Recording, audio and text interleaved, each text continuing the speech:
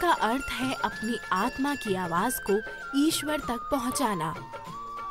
इस धरती पर परमात्मा हमारे सबसे बड़े सहायक हैं और ईश्वर की शक्ति को जानने पहचानने की कला है प्रार्थना। वैसे भी कहा जाता है कि चमत्कार प्रार्थना से ही होते हैं, तो जब कोई उपाय काम न करे तब प्रार्थना की शक्ति को जरूर आजमाएं। प्रार्थना उपासना पद्धति का एक बहुत आवश्यक अंग है, क्रिया है प्रार्थना।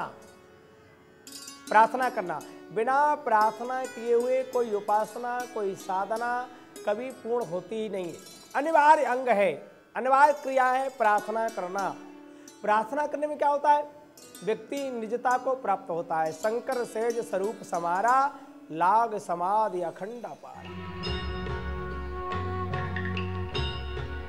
किसी भी संकट या किसी जरूरत के समय हमारा पहला कदम प्रार्थना ही होता है।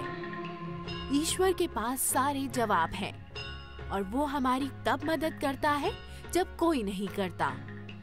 क्या ऐसे में आपको लगता है कि प्रार्थना काम नहीं करती?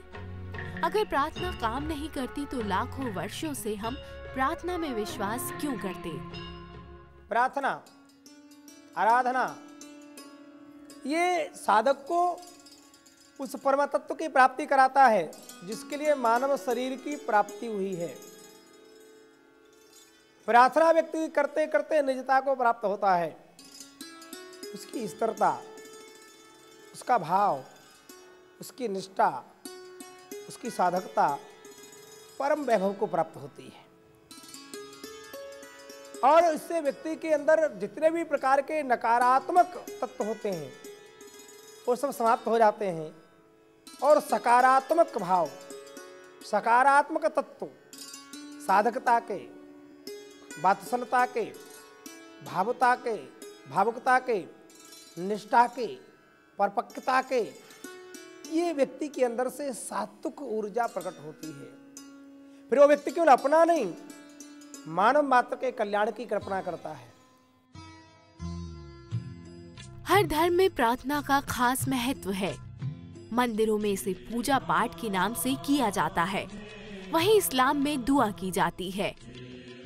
चर्च में प्रेयर्स की जाती हैं, तो गुरुद्वारे में गुरुवाणी के रूप में प्रार्थना होती है, जो इस बात का एहसास कराती है कि प्रार्थना करने से जो शक्ति पैदा होती है वो हमें परमात्मा के पास होने का आभास कराती है। भगवान का नाम जप और चिंतन करते करते व्यक्ति के नेत्र छलछलाने लगे, अश्रुपात होने लगे, वाणी गदगद होने लगे, धीरे धीरे देह का भान भी छूट जाता है, समाप्त हो जाता है।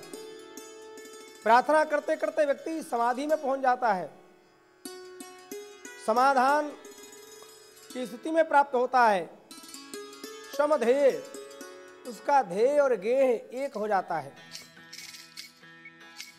प्रार्थना में ध्यान का बहुत महत्व है।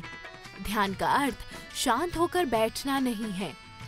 असल में जब हम ईश्वर से प्रार्थना करते हैं तब हम परमात्मा को अपनी बात कहते हैं, लेकिन प्रार्थना में ध्यान करते वक्त हम ईश्वर से रूबरू होते हैं। इससे मन एकाग्र होता है और हमें पॉजिटिव एनर्जी मिलती है। प्रार्थना को वैज्ञानिक कारणों से भी बेहद फायदेमंद बताया गया है। इस बात में कोई दो राय नहीं कि शांत मन से की गई प्रार्थना न सिर्फ हमें नकारात्मक सोच से छुटकारा दिलाती है, वहीं इससे निकलने वाली पॉजिटिव ऊर्जा हमें कई रोगों से भी मुक्त करती है। हमारा जो शरीर का रोग है वो जाता है दवा से, पर हमारा जो मन का रोग है वो जाता है दुआ से, प्रार्थना से, विनय से, शीलता से, पूजा से, उपासना से।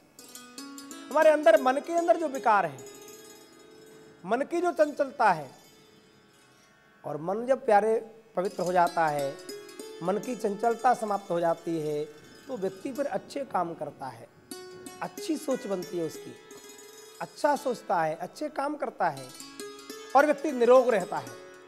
उसको कोई रोग स्पर्श नहीं करते, क्योंकि मन ही तो कारण है।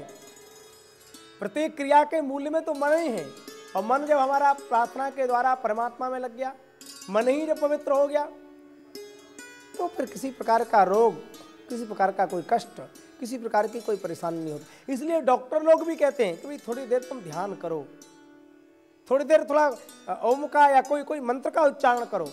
मंत्र उच्चारण करना ही तो प्रार्थना है। जब भी हम ध्यान मुद्रा में प्रार्थना करते हैं तो उस वक्त कई बार हमारी सांसें अंदर बाहर होती हैं और ऐसा करने से दरअसल हमारी श्वासें शुद्ध होती हैं, जो हमें निरोगी रखती है।